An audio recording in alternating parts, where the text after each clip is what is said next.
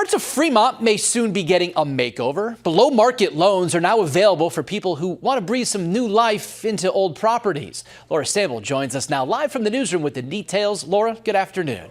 Good afternoon, Dave. The city is trying to lure more people to Fremont and help make it grow by making Fremont more attractive and viable.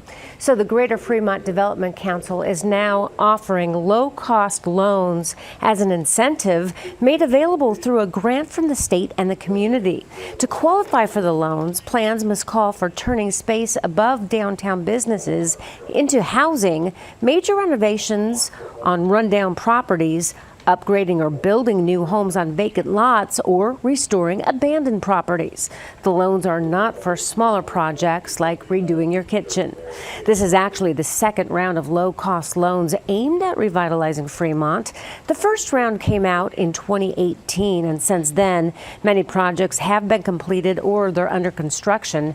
I talked with a small business owner who says he can already see a big difference. Since we've been here, that has changed hands, this has changed hands, that has opened up, the bank is new, we're new here, so there are things happening all the time.